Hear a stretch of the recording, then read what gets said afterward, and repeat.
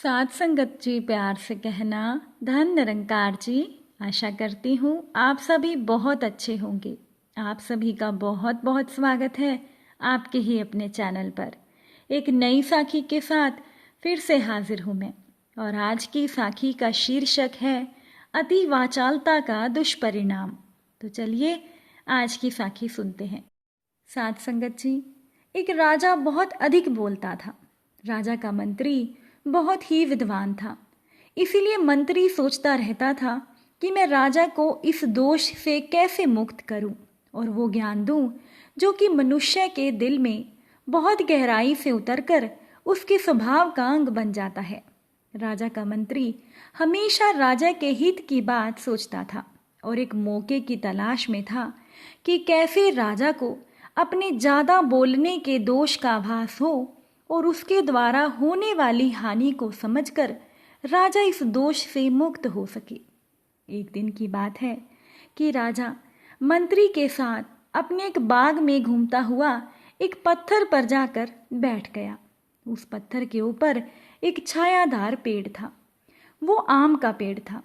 उस आम के पेड़ पर एक कोए का घोंसला बना हुआ था और उसमें एक कोयल आकर अपना अंडा रख गई। साथ संगत जी, कोयल अपना घोंसला नहीं बनाती, वो कोए के घोंसले में ही अंडा रख देती है। अब उस पेड़ पर उस घोंसले में रहने वाला कौआ उस कोयल के अंडे को अपना बच्चा समझकर पालता रहा। आगे चलकर उसमें से कोयल का बच्चा निकला। कौआ उसे अपना बेटा समझकर चोंच से चुगा लाता और उसे पालता था। अब कोयल के बच्चे ने असमय, जबकि उसके पर भी नहीं निकले थे, उस कोयल के बच्चे ने कोयल की आवाज़ निकालनी शुरू कर दी। कौवे ने सोचा कि ये अभी विचित्र आवाज़ करता है, ये बड़ा होने पर क्या करेगा। इसीलिए कौवे ने चोंच से मार मार कर उसकी हत्या कर दी और उसे घोंसले से नीचे गिरा दिया। साथ संगत जी, वो राजा जहाँ पर बैठा था वो कोयल का बच्चा वहीं उसके पैरों के पास गिरा। अब राजा ने अपने मंत्री से पूछा कि मित्र, ये क्या है। अब राजा के मंत्री को राजा की भूल बताने का ये मौका मिल गया था।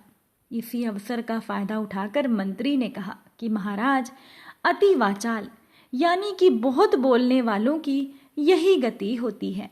पूछने पर मंत्री ने पूरी बात राजा को समझाकर बताया कि कैसे ये बच्चा असमय आवाज करने से नीचे गिरा और मृत्यु को प्राप्त हुआ। अगर ये चुप रहता तो पर निकलने पर ये घोंसले से उड़ जाता। इतना कहकर मंत्री ने राजा को मौका देखकर उनकी वाचालता दूर करने के लिए ये प्रत्यक्ष उदाहरण राजा को दिया। राजा के मंत्री ने राजा से कहा कि महाराज, चाहे मनुष्य हो चाहे पशु पक्षी, असमय ज़्यादा बोलने से इसी तरह से दुख भोगने पड़ते हैं। अब उस मंत्री ने वाणी के अन्य दोष और अन्य दुष्परिणाम भी राजा को बताए। साथ संगत जी, दुर्भाषित वाणी एक विष के समान नाश कर देती है।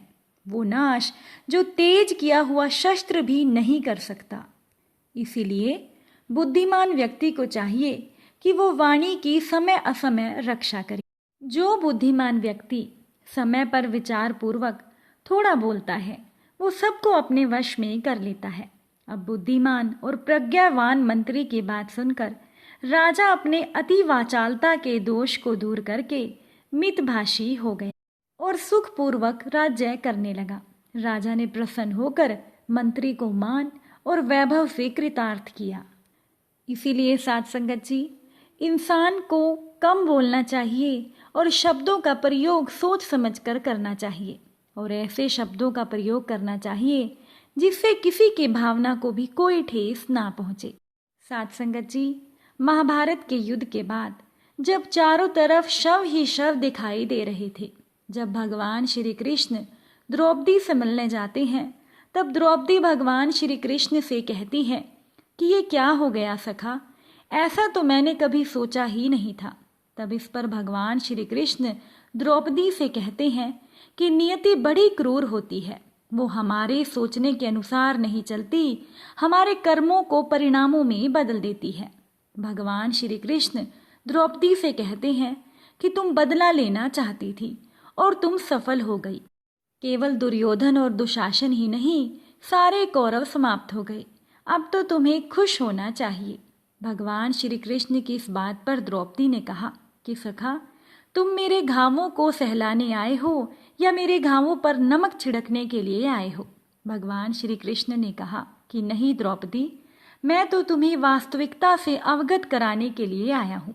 हमारे कर्मों के परिणाम को हम दूर तक नहीं देख पाते हैं, और जब वो हमारे सामने होते हैं तो हमारे हाथ में कुछ नहीं रहता।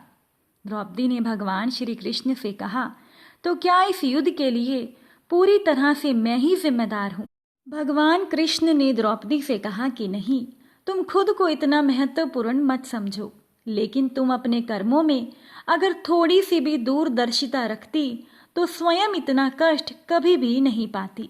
द्रौपदी ने कृष्ण से कहा कि मैं क्या कर सकती थी।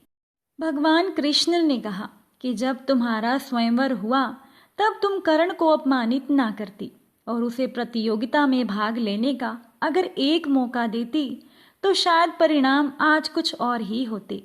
उसके बाद तुमने अपने महल में अगर अपने शब्दों के द्वारा दुर्योधन को अपमानित ना किया होता तो तुम्हारा चीरहरण भी नहीं होता, और तब भी शायद परिस्थितियां कुछ और ही होती।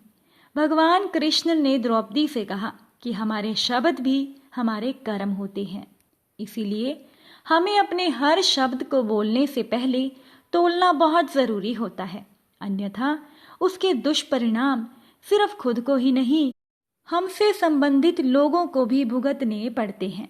साथ संगत जी, इस संसार में केवल मनुष्य ही एकमात्र ऐसा प्राणी होता है जिसका जहर दांतों में नहीं बल्कि शब्दों में होता है। इसीलिए शब्दों का प्रयोग सोच समझकर करना चाहिए। हमारे शब्द ऐसे होने चाहिए जिससे किसी की भावना को ठेस ना पहुंचे। इसीलिए बोलने से पहले तोलना जरूरी होता है और अधिक वाचालता से हमें बचकर रहना चाहिए। साथ संगत जी, आपको ये साखी कैसी लगी? अपने विचार कमेंट में ज़रूर बताइएगा। अगर आप इस चैनल पर नए हो तो चैनल को सब्सक्राइब करके नोटिफिकेशन बेल को भी प्रेस कर लीजिएगा। फिर मुलाकात होगी आपसे नई साखी और नए विचारों के साथ। तब तक के लिए खुश रहिए, सेवा सिमरन सत्संग कीजिए, सतगुरु माता जी के चरणों से जुड़े रहिए। प्रेम से बोलिए धन निरंकार जी